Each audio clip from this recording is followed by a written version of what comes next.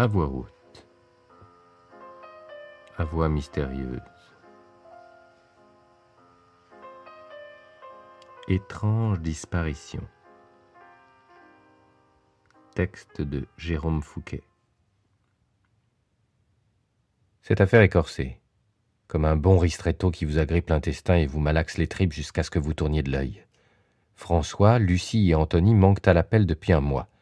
Ça n'aurait ému personne s'ils n'avaient le même pédigré, appartenant tous au même service commercial de la même entreprise IT Concept, un fleuron technologique de la high-tech made in France.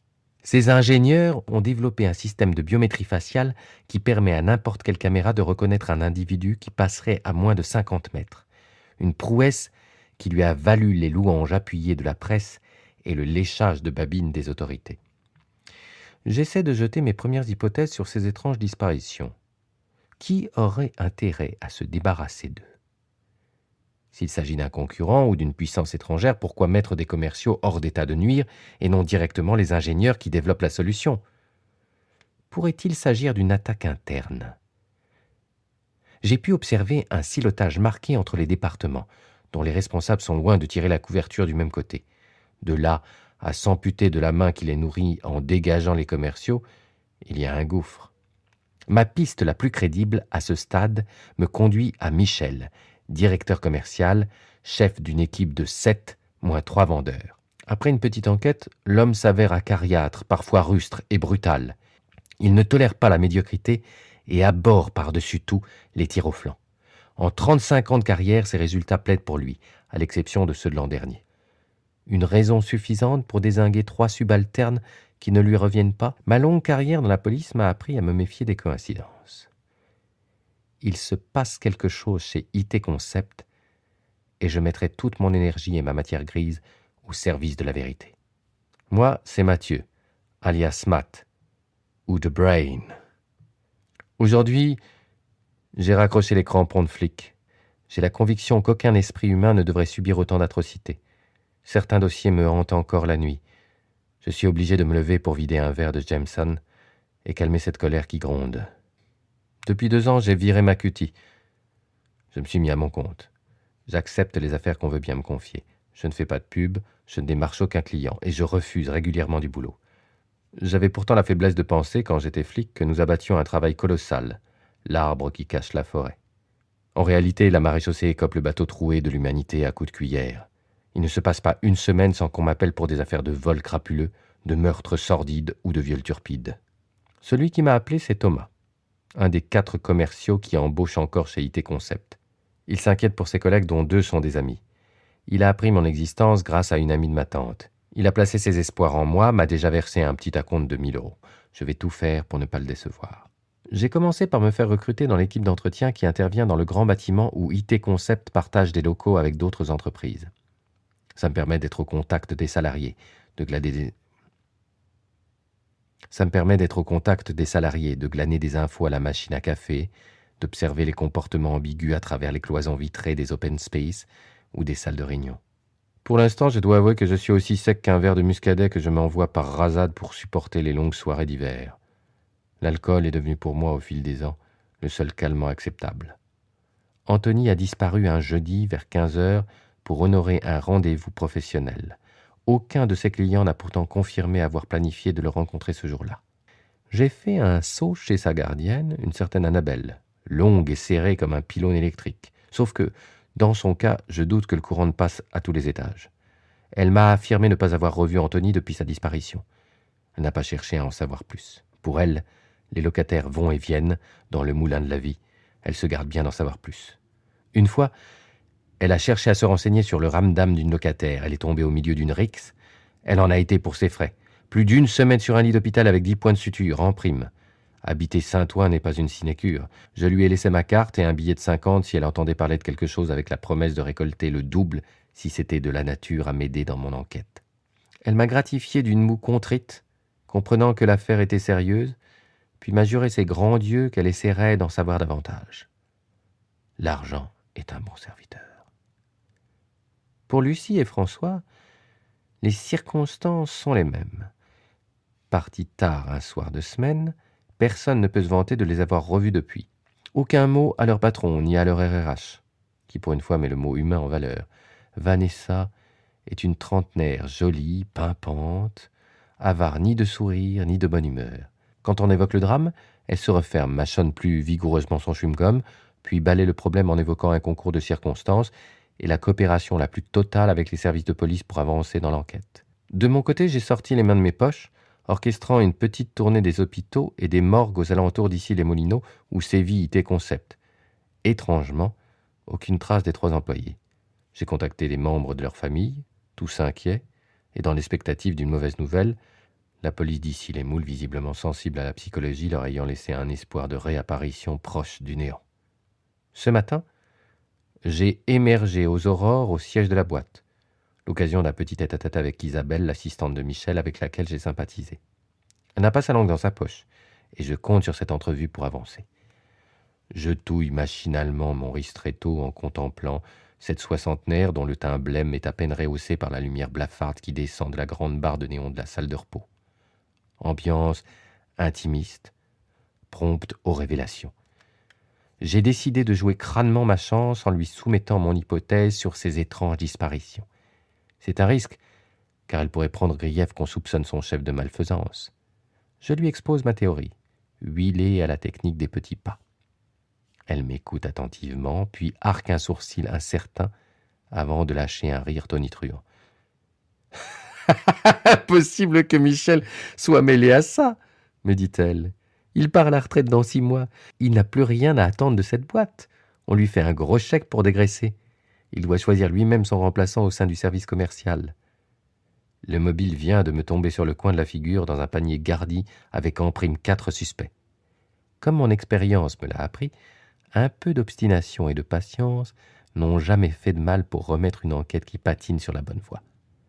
Je décide de pousser ma chance un peu plus loin et apprends que l'heureux élu sera choisi selon des critères de notation interne. Chaque fin d'année, le comité de direction évalue les vendeurs et leur colle une note de 1 à 4.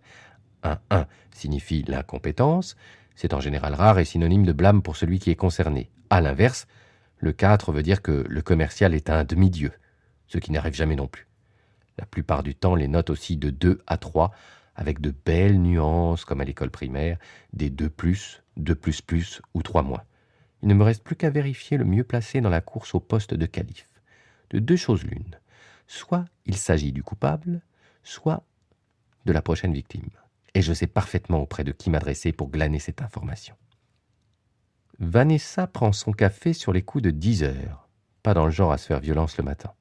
Elle arrive souvent la tête dans le coltard, et il lui faut un double latte et 2 chewing-gums avant d'émerger et d'endosser le rôle de la gentille responsable des ressources humaines qui œuvre au bonheur des salariés de son entreprise. C'est le bon moment pour l'accusateur. Profitez que votre témoin n'ait pas toutes ses capacités pour lui arracher les vers du nez, me répétait mon instructeur à l'école de police. Cette maxime m'a permis au milieu de ma carrière de pincer un ambitieux dealer de drogue qui dort toujours en prison. Je prêche le faux d'emblée auprès de la RRH pour récolter le vrai. J'affirme avec force que c'est Laura qui est la meilleure vendeuse. Vanessa me contredit en pointant Aziz qui a reçu les meilleures notations sur les 4 commerciaux restants. Quand j'évoque la suite du classement, je sens qu'elle se tend comme un vieux ressort, mâchouillant son chewing-gum avec une plus grande frénésie. Je décide d'abandonner la RRH à son brouillard matinal. J'ai l'information que je veux, et je ne veux pas éveiller des soupçons quant à la nature de mes vraies activités. Mon plan prend une forme cristalline. Mettre en place une discrète filature sur le champion du commerce et attendre de voir ce qu'il en résulte. Mais entre-temps, je dois récurer les toilettes, remettre du papier pour l'imprimante, réapprovisionner la machine à café en gobelet plastique. Je ne sais pas combien ils en flinguent chaque jour, mais une chose est sûre, ce n'est pas pour demain qu'IT Concept gagnera le prix de l'entreprise la plus écolo. La journée coule toute seule. Je trouve un plaisir inattendu à la récurrence de ces tâches ingrates qui reposent le cerveau. Mon esprit a tout le loisir de digresser vers de nouveaux chemins. Ce monde est décidément très écœurant. La compétition exacerbée que s'y livrent ces protagonistes prêts à tout pour écarter leurs rivaux m'apparaît comme surréaliste. Je sais maintenant que je ne ferai aucun cadeau à l'enflure qui a éliminé ses concurrents dans une course macabre au pouvoir et à l'argent. Sur les coups de 20 heures, je sens un frémissement sur le bureau de ma cible. Il range son sac, tirant le rideau sur sa journée de travail. Je suis prêt à me glisser dans son sillage quand Thomas m'intercepte dans le couloir des toilettes à l'autre bout de l'open space. Il veut bien sûr avoir des miettes de mon enquête. Je l'attire dans une salle de réunion vacante en face des latrines pour éviter d'attirer l'attention. Je lui sers un honnête bobard en lui faisant croire que je soupçonne toujours Michel. Après tout, il est désormais dans ma liste de suspects. Et bien qu'il m'ait recruté, je ne suis pas encore sûr de pouvoir lui faire totalement confiance. J'entrevois l'espace d'une seconde une lueur glaçante à travers sa pupille. Il pose une main charnue sur mon épaule, exerçant une légère pression sur mon col de chemise qui m'enserre la nuque. Thomas est un beau bébé, dans le genre sportif qui ne maîtrise pas sa force. 90 kilos d'os et de muscles que je préférerais ne pas voir en action. J'ai subitement un doute. Devine-t-il que je lui mens? Quelles sont ses intentions? Il m'avoue ne pas dormir, se faisant un mauvais sang pour ses collègues. Je sens un accent de vérité dans cette confession. À moins qu'il ne soit prêt pour auditionner pour le prochain film de Polanski. Je sors sur le palier pour constater qu'Aziz a pris ses clics et ses claques. Une occasion de perdue. Je claudique vers la grande baie vitrée à l'extrémité du coin des commerciaux et jette machinalement un coup d'œil à la passerelle du tramway qu'on peut apercevoir à travers la vitre. Mon œil tique sur le sac à dos bleu, agrémenté d'un aigle blanc et rouge. Je fonce vers l'issue de secours, accélère l'allure dans l'escalier en me cramponnant à la rampe pour éviter de me refaire l'omoplate gauche, fragilisé par ma dernière escapade au ski. Quand j'atterris enfin à la station, c'est pour accompagner des yeux le départ du tram. Je peste contre mon manque de chance. Pour une première filature, ce n'est pas très brillant. Un bruit attire alors mon attention. Une jeune femme sur le quai opposé qui hurle dans son téléphone, qu'elle a eu la bonne idée de mettre en haut-parleur afin que tous les voyageurs puissent en profiter. Je la dévisage quelques instants. Elle représente l'archétype de la businesswoman qui passe ses nerfs sur son personnel de maison après une longue journée à ahaner sur une série de chiffres inintéressantes. Elle vocifère des ordres pour le dîner des enfants à un factotum qui ponctue ses ruades de « oui madame » et « bien madame », le prix à payer pour s'occuper du foyer d'une hystérique en tailleur. Mon regard glisse sur le côté et le visage d'Aziz m'apparaît. Il ne me voit pas, les yeux aimantés par son téléphone. Je me rue sur le quai d'en face en traversant le petit passage à niveau juste derrière la nouvelle rame qui vient de s'arrêter pour déposer et récupérer son flot de voyageurs quotidiens. 7 stations plus loin, nous marchons en direction de Suresnes. Nous descendons une colline pentue pour obliquer le long du national bordant les quais de Seine. Aziz continue d'avancer sans prendre garde à son nouvel ange gardien. Je parviens à maintenir une distance convenable comme je l'ai si souvent pratiqué durant mes glorieuses années d'enquêteur principal où j'étais prêt à suivre jusqu'en enfer la lie de l'espèce humaine. Je me souviens avoir été semé une nuit par un indique clodo qui empestait tellement la vinasse et l'urine que j'avais doublé la distance de sécurité. Aziz attend que l'enfilade de voitures libère la route qu'il traverse d'un pas serein. Où se rend-il, avec autant de tranquillité? Donner à manger à ses 3 prisonniers? Un panneau indique un bar, le Four Seven, en contrebas de la berge. Je descends les quelques marches à mon tour, quand mon téléphone a la bonne idée de carillonner. Aziz se retourne. J'ai le réflexe d'enclencher la marche arrière et remonte quelques marches pour quitter son champ de vision. J'attrape maladroitement mon portable, à qui je coupe la chic d'autorité. Mon alarme de 20h30, l'heure de ma conversation quotidienne avec Serena. Je sais parfaitement à quoi je m'expose si je n'honore pas cet appel. Depuis 1 an, je n'ai pas manqué un seul rendez-vous. Cette entorse risque de ruiner tous mes efforts. Je bricole un texto larmoyant que j'expédie au moment où Aziz me surprend en dépassant le Four Seven pour continuer le long de la berge. Il ne semble plus y avoir âme qui vive à cet endroit. Il s'enfonce dans un sentier caillouteux au milieu d'une nuit qui se fait plus opaque, le quart de lune ne pouvant se résoudre à diffuser autre chose qu'un faible halo argenté. Il ralentit l'allure à l'approche d'une péniche abandonnée qui délimite la fin de la berge. Le coin semble désaffecté. Le chemin fistulé par un dédale d'ordures en tout genre, une végétation en friche, un no man's land non recommandable. Que vient faire Aziz dans ce coin pourri? À cet instant, mon téléphone s'agite dans ma poche. C'est Annabelle.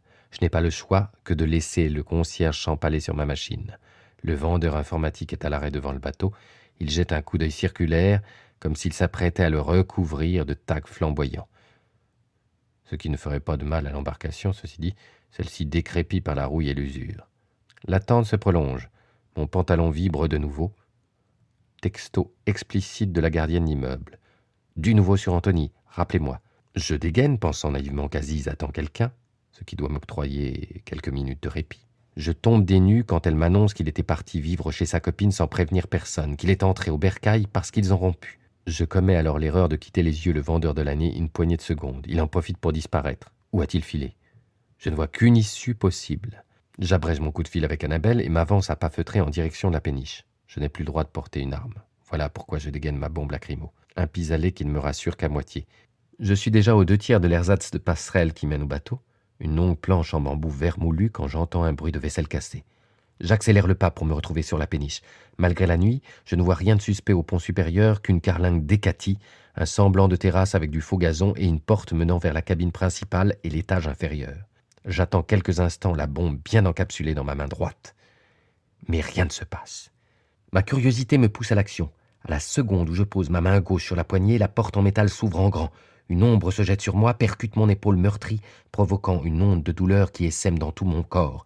Je tombe à la renverse, perds le contrôle de mon arme de défense. J'ai le temps de voir un individu cagoulé en jogging, pull à capuche, avant qu'il ne me colle son pied sur la tempe. Je roule sur le faux gazon, ma jambe percute un petit objet rond. Je tends la main et me saisis de la bombe que je pointe vers mon agresseur qui recule d'instinct et saute sur la passerelle. Je ravale ma douleur, me redresse gauchement pour tenter de rattraper le dangereux individu. Il est déjà en train de courir, plutôt svelte et entraîné. Avec mon épaule en vrac, c'est peine perdue de vouloir le rattraper et puis je dois vite secourir Aziz. Quand je pénètre dans la péniche, il est malheureusement trop tard. Le commercial d'IT Concept gît à terre dans une mare de sang. De mauvais souvenirs affluent dans ma tête. Vu sa position, il semblerait qu'il ait été percuté par l'arrière, au niveau du crâne. Je n'arrive pas à lui trouver de pouls et appelle les secours, puis la police, en prenant soin de ne pas divulguer mon identité qui compromettrait ma couverture. Je regagne ensuite la rive. Une fois les sirènes à portée d'oreille, je marche sur un papier collant de couleur jaune. Il est de forme ronde et porte une petite inscription PF20. On dirait un sparadrap. Il a dû tomber de la poche de mon agresseur. Souffre-t-il d'une petite blessure? Je fourre l'indice dans ma poche dans le but de l'analyser un peu plus tard. J'espère sincèrement qu'ils pourront sauver Aziz. Je me sens affaibli et songeur. 3 questions m'assaillent. 1. Serais-je encore en vie sans cette bombe lacrymo bon marché achetée chez l'épicier en bas de chez moi? Les choses ne tiennent parfois qu'à un fil. 2. Qui est cet individu cagoulé? S'agit-il d'un des 3 autres vendeurs en quête de promotion sociale? 3. A-t-il tué les autres, à l'exception d'Anthony? Et où cache-t-il les corps?